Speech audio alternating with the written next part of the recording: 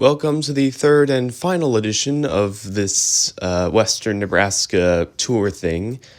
In this part, it's basically just going to be the return trip coming back from North Platte and just recording the trains that I saw on the way. We didn't make any stops. We made one brief stop for lunch in Kearney, but other than that, it was pretty much just a straight shot coming back east. But fortunately, we did see a lot of train action on the return trip, plus a few small town surprises, so be on the lookout for all that. We gotta meet. There's a headlight up at the. Oh, yes.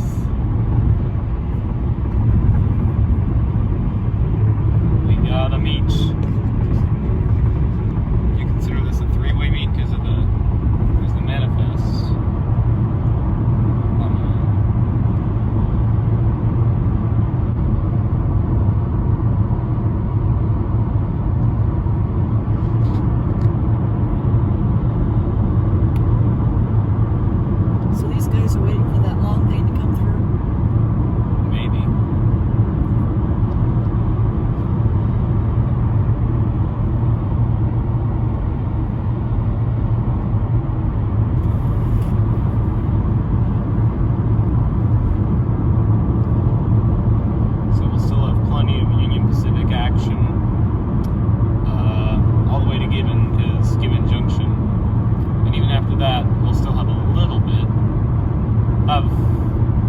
In Grand Island is when we'll split off of the Union Pacific. So we have until Grand Island.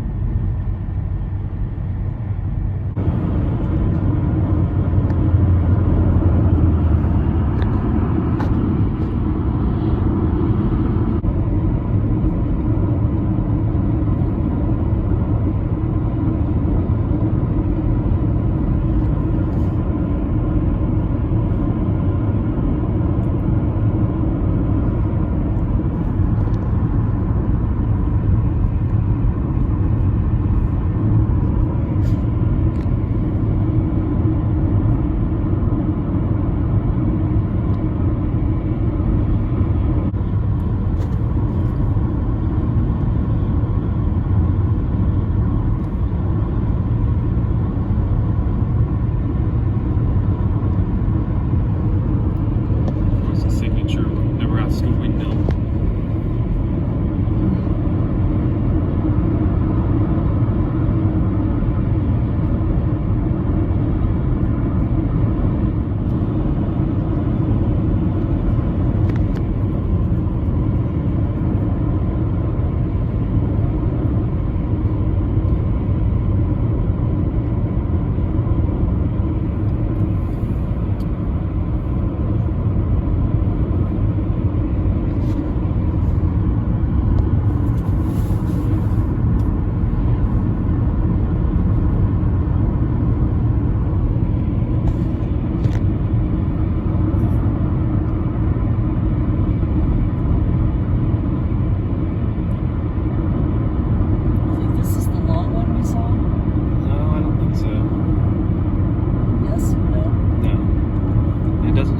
Train helpers. The lead engines are right there. So I don't know how it snuck up on us while we were up in the tower. Maybe it was on one of the really back tracks. That's pretty much the only explanation. Either that or I'm extremely oblivious.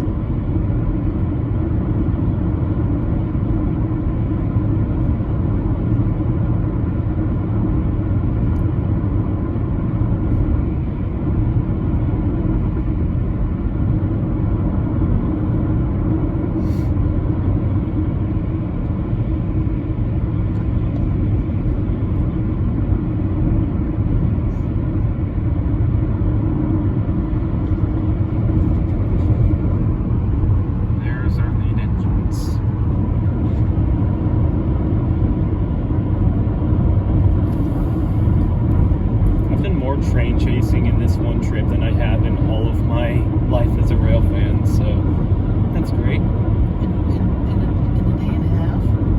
Yeah. Wow. I mean, yeah.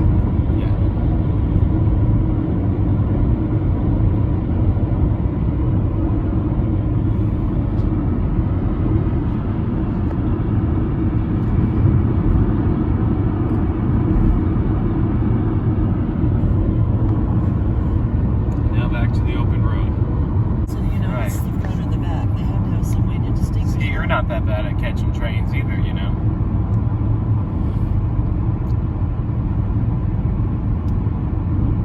I've had teachers for about 20 years.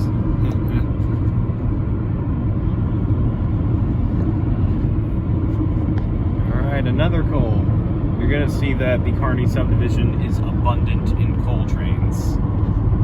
That's because the Powder River Basin in Wyoming, the next door neighbor to Nebraska, obviously there's a lot of coal mines up in Wyoming.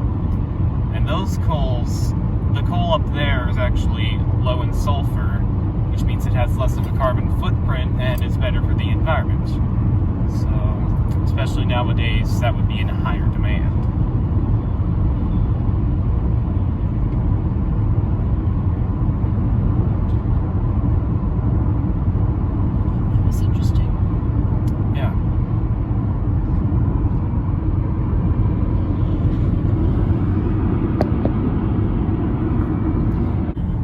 Trackside industries, it's Gothenburg. Sweet town. Oh, nice. And Pony Express town, remember? Yes. I didn't get video of that, but this was a stop on the Pony Express, and there is an original 19th century building from the Pony Express here. So you can check that out if you're not rail fanning. Now we're just kind of retracing our steps. Intermodals.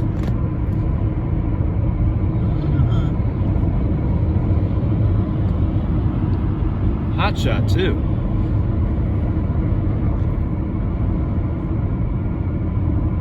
Speedy. Now here's one of those trains I was telling you about where it's just car after car after car of double deckers. And trailers too. Intermodal, coal and intermodal are the two big businesses on railroads, and I guess also grain. But little UPS, look at that. Yep.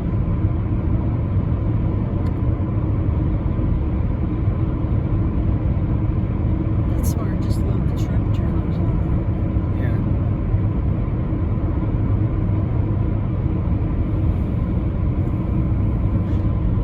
I never heard of intermodal before. Yeah, well, that's what they call transporting containers. They call it intermodal.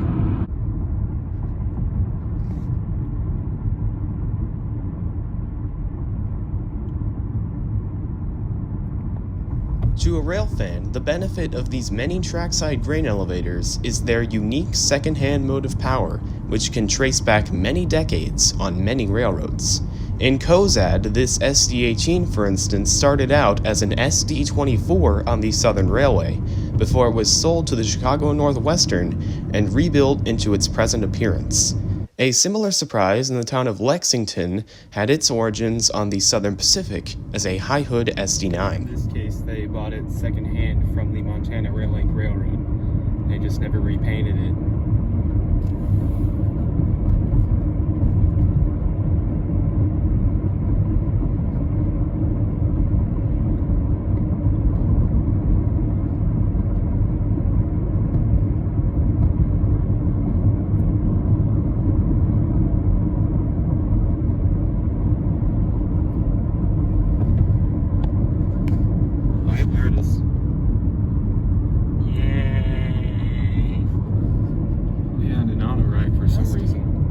Yay! I saw Montana Rail Link. See what I mean? And amazingly, this vintage motive power is sprinkled all over the Midwest. In fact, the GP9 in North Platte is from as far away as Conrail, and even Pennsylvania, who ordered it from EMD in 1957. But anyway, I think that's enough to get my point across. Back to Union Pacific.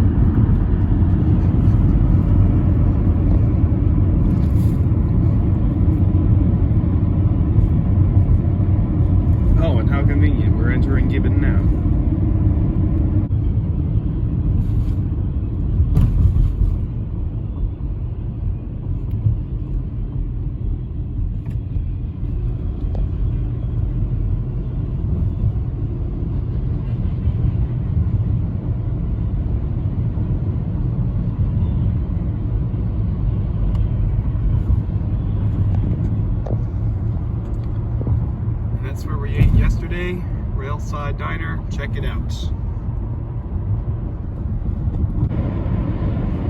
Those liquid cars are shiny. Yeah. They're probably new.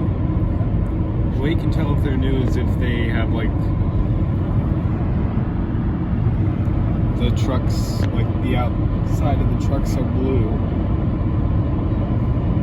It's a little trick.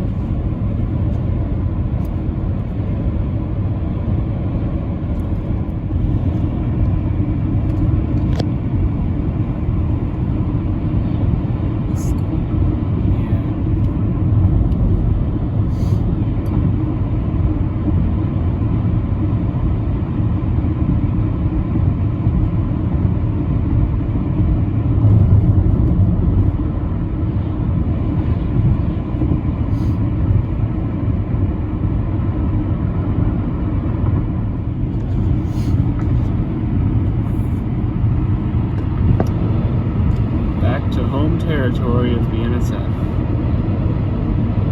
Oh, yeah. We are really back to home turf now. Look at there. We got an orange one. Yeah, back to home turf. Is he moving? I don't think so. No, he's just sitting there.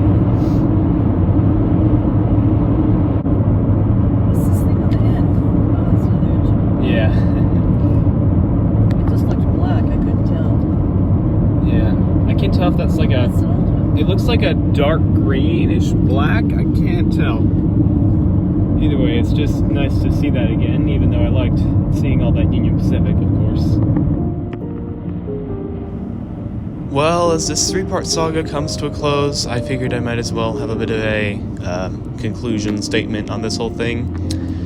This was such an amazing trip. I'm really glad I went. The Golden Spike Tower is just, besides being a world record, it's just an amazing place to see trains, and I've definitely gotten a bit of a newfound appreciation for Union Pacific in this whole thing. And the nice thing about the Golden Spike Tower is there was this, at the bottom floor, there was this map of the world and the United States, and there were little dots, sticker dots, all over the map, which just represented people who came from all over the world to see the Golden Spike Tower.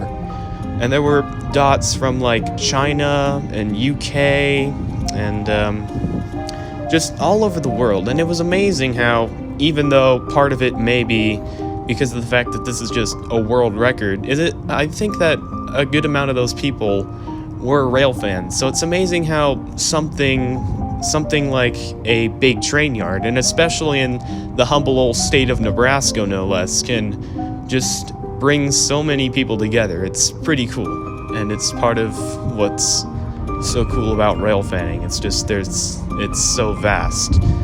But anyway, it was just a great trip. I have seen more Union Pacific in this trip than I think I ever have in years. Because like I said, I haven't been to Bailey Yard since 2014. So it was amazing to be back, and I'm just glad that I was able to have that opportunity. So if any of you are in the Midwest, it may be a bit of a long drive, but I think it was worth it. And mind you, we hardly drove on the interstate for any of it, so yeah, there's a lot to see, and I would recommend coming out here if you can. Thank you very much for 2,000 subscribers. Thank you very much for seeing the way through and all this. I'll see you in the next video. Thanks for watching.